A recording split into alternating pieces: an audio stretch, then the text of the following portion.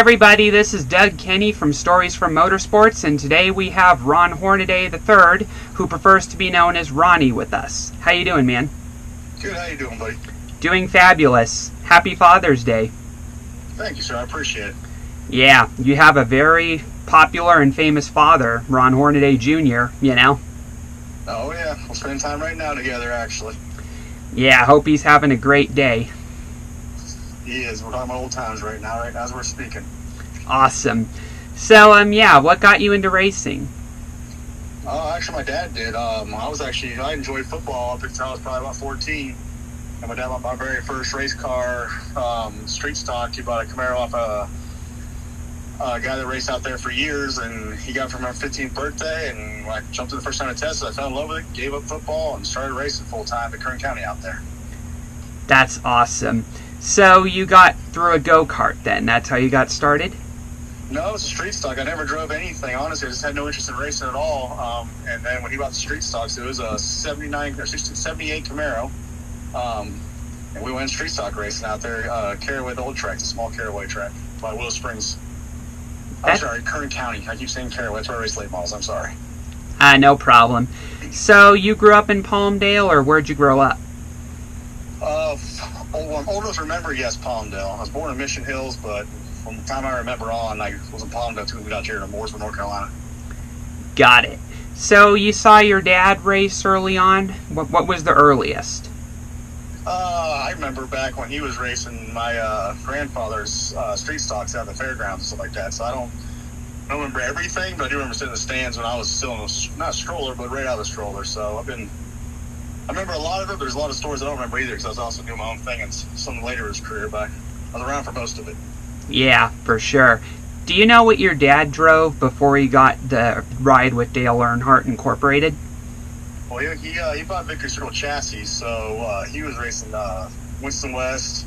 He drove for Spears for a while, had his own Winston West cars, and he did Southwest Tour for years out on the West Coast.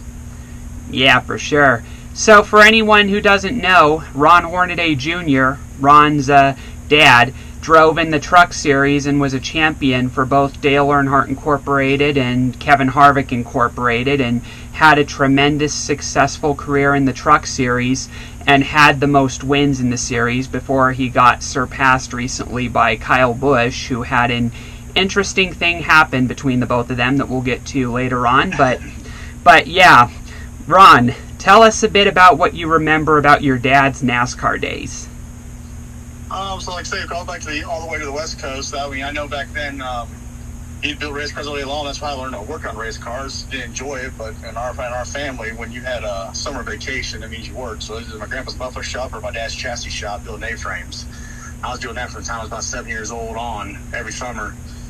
And he was out there. And I remember traveling all the racetracks. We went to most of them. Couldn't go to all of the schooling, so we stayed with my grandparents quite a bit when they were racing Eureka and Sonoma, stuff like those places we couldn't go to. But anything local, Stockton, El Cajon, Sauga Speedway, Bakersfield, we went to all those races. And I just remember going out there because my dad was always a helper, so he'd go out there and rent his own cars. And he sold a car to another guy was faster, and he said something about, you're not going to do the same stuff. My dad would swap cars right at the racetrack and drive his car. My dad would swap cars with other guys. So I remember a lot of it back then. That when we got the phone call to Earnhardt's, I believe that was 93 or 94 when Earnhardt called him. He rooted up here. My mom moved out here in 93, and I think me and my sister came in 94, so we finished school out there. And then it's just a whole different world out here. I mean, like I said, racing, it's definitely a business out here, and went from being just Ron Hornaday, just race car driving there, and it was interesting because you never knew your dad was famous until you get older. You start paying attention that you're in North Carolina, and everyone asks questions like you're asking right now, asking questions about your dad. I'm like, oh, my dad's raced for years. It makes no sense. But as you get older, and you see what he's accomplished. He's done a lot for the sport for sure, and he tries to give back as much as he's got out of it. Yeah, for sure. He's a class act from what I've heard, and tell us a bit about how he does some good for the new guys entering the sport by renting them a home and all that. I actually never rented to him. He just let him stay with us. So I remember a couple of times Jimmy Johnson, Kevin Harvick, a handful of Ross Chastain, all those guys when they came up here. Ross came from Florida, and all the guys came from the West Coast. My dad always told him, don't go by the first house you're buying. You're just now getting paid, so I want you to stay with me, see what you like. this and that. And they would live with us for a while. Some of them lived with us for months, some lived with us for years. And just how my dad was, he came from nothing and worked his butt off what he got. He just wanted to make sure those kids weren't, when they were kids, they're not kids now, they're all adults now, but he just wanted them to go together the right path. So he just tried to, I don't know, father figure, but just kind of lead down the right path and don't make a bunch of money, spend it real fast. Let's do the right thing. So that's how a lot of those guys are. I can name 3 off the top of my head. There's many more. A lot of crew guys moved down here with no families. They spend holidays with us. I mean, our Thanksgivings back in the 90s, early 2000s were 60 people, and only 10 of us were blood related. The rest of us were racing related. And these are guys that were just moving down from Wisconsin that had no family down here, and that's just how our family was. We're always want to take someone in and help them out and make someone feel like family. Everyone you meet us, we treat them like family, and we expect the same back. It's amazing. That is really incredible what you all do for others. And yeah, if I had to think of who Ron Hornaday Jr. reminds me of, I would say Rick Mears a bit, especially during the Kevin Harvick Incorporated days, you know? Oh, yeah. They were just 2 Californians that were able to make their way into the sport when there weren't many Californians around in the motor industry, you know? Oh, exactly. Yeah, there's a lot of people who never got the credit they did on the West Coast, or just because it wasn't the East Coast, but it was 2 different divisions for sure. And a select few made it all the way out here, but it doesn't take anything away what they accomplished on the West Coast either. Yeah, you had guys like Ruttman and Boris Said and just a lot of amazing drivers, and Mark Simo, Brian Simo, you name it, you know? No, there's a handful for sure. There's talent on all sides of the world for sure, and just some get to make it over here, some don't, but I think they all put them all in the same group and be a heck of a race. Yeah. One of the most memorable races I remember with your dad was definitely when he won Watkins Glen on the track and then got a late race black flag, sadly, and the win went to Ruttman. And I think he was the first NASCAR driver to protest by pulling into victory lane, I think. Yeah, I remember that race. I can't remember exactly the whole lowdown, the whole thing, but I remember he did not agree with NASCAR's calls. That was his way of showing his displeasure for sure. Yeah, and that's happened a handful of times as well. Like, I think Robbie Gordon did it one time in Montreal, and then I think that there was also Jimmy Spencer doing it at Daytona, although in that case it was an honest mistake, you know? Yeah, there was a couple of just close calls back in those days. They didn't have the technology they have now. Yeah, for sure. So you got into racing through your dad around the time that he was driving for Earnhardt Incorporated, and you made some starts for a team that he owned at the time? Yeah, so what we did, I moved out here when he started racing for Earnhardt, and I started working for Dale Junior. So I worked on Dale Junior's late model car for multiple years. Me and him lived together back and forth. And when I decided to leave, I got a girl pregnant at a young age, and I just needed to get a job that paid me a little more. And I was using out of school, so I got another job. When I left, Dale Earnhardt actually gave us our first late model cars. One of Kelly Earnhardt's old cars. He gave us a race car and a trailer, and we started racing local racetracks right here. So we went for the Carriaway Championship, and the first year ran second in the points. And then the second year we're trying to do, we actually started playing truck racing. So, yeah, my dad bought a truck for a guy. The guy never came and picked it up. My dad said, we'll go test Greenville Pickens. If you could be within half a second of me, we'll go race Martinsville. And that's how I got my truck started. And went out there in Greenville Pickens. I was about the same speed he was. And we found a couple sponsors to help out. That's one thing my dad always taught me. If I couldn't do it myself, then we weren't going to do it. So my dad didn't really fund anything. He helped me as much as he could, what he could help me with, but it came down to the actual money part. He made me find the sponsors. He made me do the work, find the crew guys. And then, don't get me wrong, he'd help out a lot. His guys would come over, help me work on the cars and everything. But he wanted me to learn the same way he learned. So if you want it, you got to go get it, not just given to you. So it helped me a lot in my career. I didn't race very long. We were trying to save for a rookie title for years and just never could get the sponsorship for a full ride.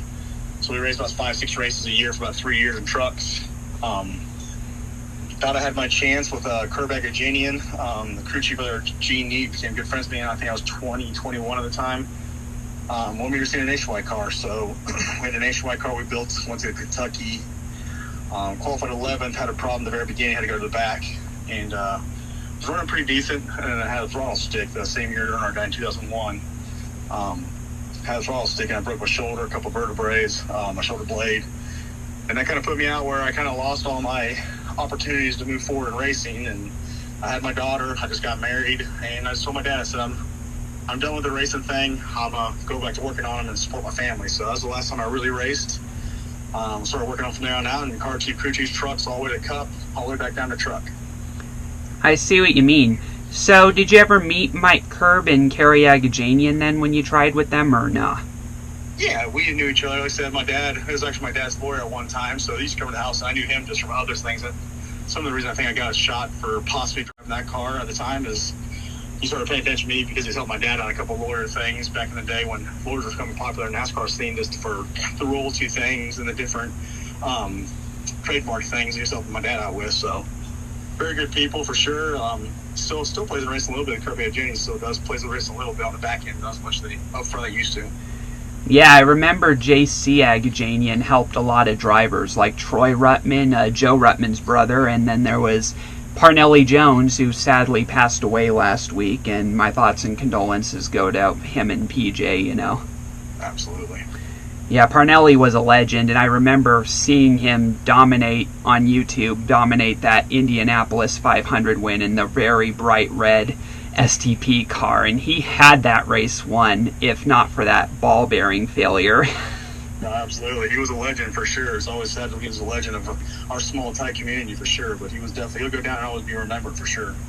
Definitely. And then Curb Agajanian ended up winning Indianapolis a couple times, I think, with Dan Weldon, which was his last win before the accident. And then there was Alexander Rossi winning on a fuel mileage strategy. Yep. He's been around for a long time. He's done a lot of things in different sports and different businesses for sure.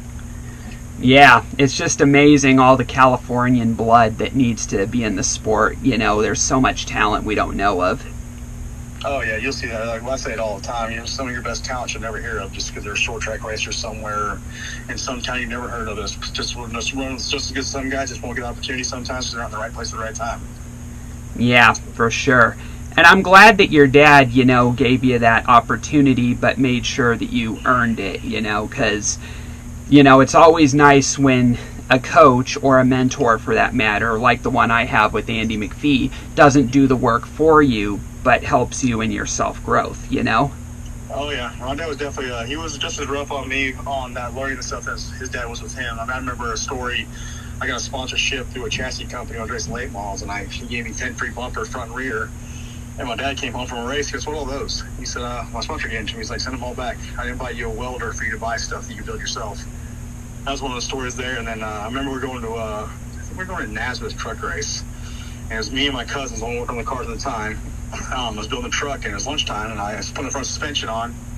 And when I looked, I didn't tighten up the control arm. So he came in at lunchtime. He was doing an autograph session, showed up for about an hour. And when I got back, the whole front suspension on both sides were completely taken off on the ground. I got back, and I'm like, "What happened here?" He said, "You never leave nothing loose when you leave. So if it's loose, you don't know what's loose, so I just make you start from scratch." Yeah. So he definitely taught me the hard love of racing, but you also learn how to respect the other drivers, respect their equipment when you actually got to do the work yourself. Yeah, for sure. So your dad drove for AJ Foyt when he left Dale Earnhardt Incorporated after they chose Michael Waltrip. And how exactly did that season play out as you remember? Because it looked like he was somewhat competitive aside from a couple D&Qs and a couple top 10s, I think, or something.